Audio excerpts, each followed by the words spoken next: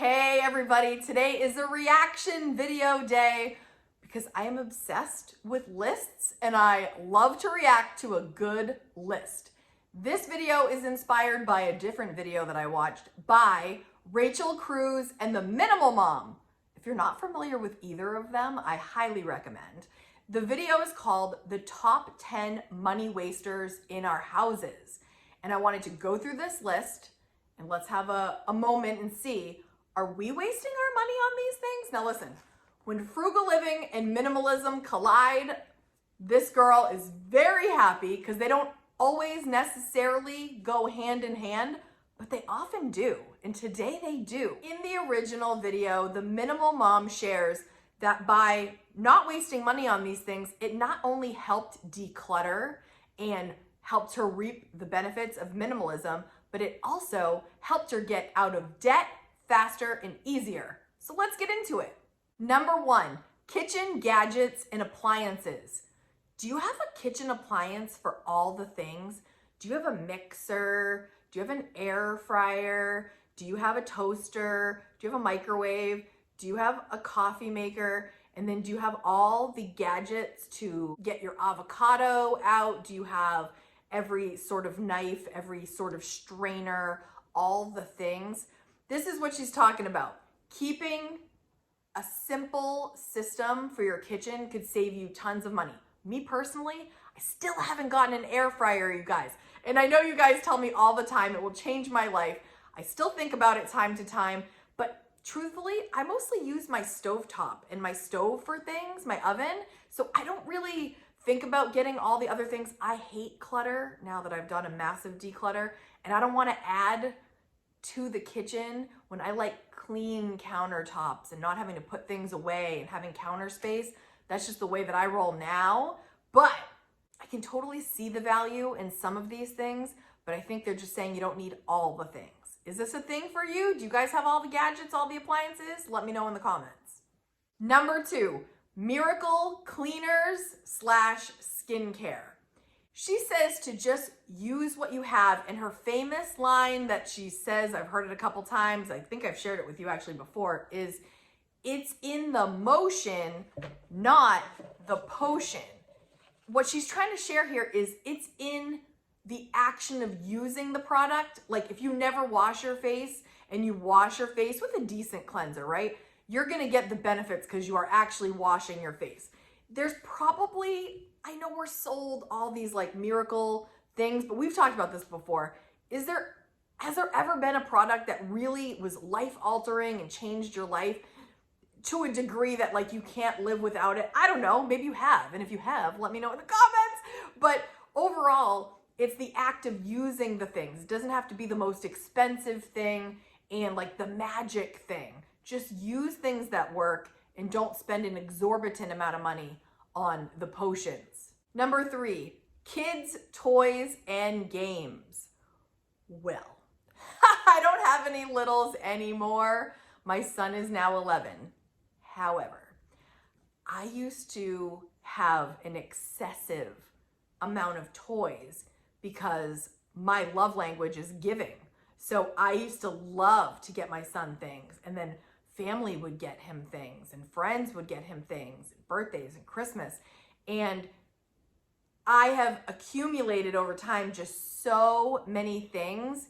And in the end, it's just lots of money down the drain and lots of trips to Goodwill and lots of donating and me thinking, why did I get so much? She shares in the video that take away a majority of the stuff and you will have happy, content, creative kids when they have less choices, less clutter, and you can really enjoy the things that they do have. The excessive part of that is like the key there. It's okay to have toys for your kids. It's okay to have games, of course, but the excessive part is the part that kind of gets in the way. Mostly children want you. They want your time. They want your energy. They want your focus. And looking back on it, I really find that to be true. Number 4, craft supplies. This is something that I can't really relate to as much because I am very open with the idea that I am not crafty and it doesn't bring it out in me. But I know I have friends and family that love crafts and they're so creative and they can make things out of other things. And in the video, they're just saying, keep it simple, especially again for kids. Kids don't need elaborate crafts. I mean, think of all the things you can make with a toilet paper roll. I mean, you can make puppets, you can make other toys out of it. I mean, it can be really simple and really affordable. You already have that, right? Everybody needs toilet paper. So crafts has never been a thing that I have overloaded my budget on, but it might be for you. Let me know in the comments. Are you a crafter? Do you do a lot of crafty things? Let me know. Number 5 is holiday decor. I've definitely gotten better with this over time. I have some simple decorations that I bring out during specific seasons, but I know there's some people that live for holiday decor and it can add up so fast. And then you only use it for that season and then you put it away and it just sits there for months and months. Some people forget it's there and then they don't take it out the next year and then it's just sitting there even longer. Home decor is definitely one that I know people spend lots of money on at times, but you can have the same amazing experience with less decorations and less clutter and less stress for sure. Number 6, clothes that don't fit right now. This is very challenging because I know a lot of us struggle with food and fitness and we keep things just in case, or we keep things for our fantasy self, like, oh, well, when I lose 5 pounds, this is gonna fit great. So, you know, in 5 pounds, this is gonna be something I wear all the time. And what ends up happening is, you know, sometimes that happens, but a lot of the time we are building a wardrobe for someone that can't use it at this time. And that's a struggle, right? Because we wanna be fit, we wanna be healthy, and we want things that fit.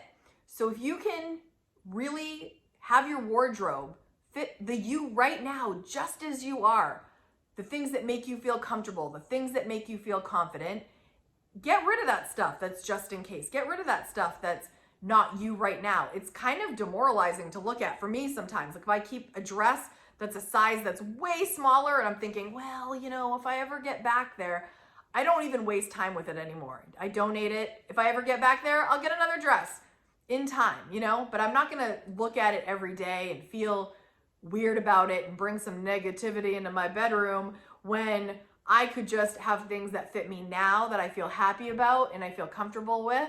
You don't need that negativity in your life. If you've made it this far in the video, type in the comments, no more wasting money. And I'll know that you're really paying attention to this list and thinking, am I wasting my money on this? Can I do better? What would I rather spend that money on? Number 7, baby toys and gear. This is a hard one because if you've never been a mom before and then suddenly you're a mom and you're trying to put together your registry and you have these set of friends saying you need all these things and you have this set of friends saying you don't need any of that and you're like, well, what do I really need? It's a learning curve for sure. In the end, I think we need a lot less than we think we do. That baby needs to be fed. That baby needs to be clothed. That baby needs you and your attention and your love. There's some things that definitely make life a little easier, but overall, I think we overbuy and then we have so much baby stuff and we don't know what we did. So if you can borrow, if you can accept hand-me-downs, it's definitely the way to go to get started. And then you'll see as time goes on what you really need. And don't worry, it'll all work out. It's like I said, it's a learning curve, but you don't need all the things. You just need some of the things. Number 8, she says storage containers that you never use and that stay in the closet. Who's guilty of this? Who's got all the storage containers? I'll be very honest, I'm not a big fan of storage containers. You know why? I'm not a fan of lots of storage because if I have lots of things in storage, that means I have lots of things that I'm not using. And then if I have lots of things I'm not using, I'm managing things I'm not using. And for some reason that kind of just irritates me now in my older age. Like I don't want to manage the inventory and I don't want to have to organize it. And I don't want to have to keep decluttering the same things over and over again. And I know storage makes people feel organized, but a lot of people are buying storage to store the storage. And it ends up costing a lot. So just, I agree. Like sometimes this is such a waste of money. Sometimes it's great. Sometimes it's totally useful. Like storage containers, such as my cereal containers, I find completely worthwhile and useful. And I also put my dry cat food in there. So I have dry cat food in cereal containers that are airtight, and I love that. But that's something I use literally like every day, cat food or cereal, something like that. But as far as like storing sweatshirts and all, I don't do it. Not for me. Not currently. Number 9, food that's on sale. Unless it's something you always cook with on a regular basis, it's a risky purchase, right? If you're buying stuff that's just on sale because you're looking at it, you're like, ooh, that's a good price, that's a good deal, but it's not something you regularly use, and maybe you're not an adventurous person when it comes to making meals, but you're like, oh, it's on sale, I'm definitely gonna get that. You throw it in the back of your pantry and never look at it again. Of course, if it's food that's on sale that you utilize all the time and you know you're gonna throw it in a meal coming right up, then heck yeah. But a lot of us waste money on food that's on sale or produce. We talk about this all the time. I'm gonna eat healthy now, and you buy all the lettuce and all the cucumbers and it all goes rotten in your fridge. Oh. Number 10 is workout shoes, clothes, and equipment. They say develop the habit first, then reward with a, for example, new pair of running shoes. Like you get in the habit of running, you're really saying like, hey, I'm a runner now. I run, then time to upgrade the shoes, things like that. I do think that sometimes people buy things that they, again, like the fantasy self. You're a person in your mind that's gonna work out all the time, that's going to exercise, that's gonna go to yoga, that's gonna walk a mile or 2 every day, and then you're not doing it, but you have all the stuff. Or people, oh my gosh, even worse, that like buy expensive sporting equipment.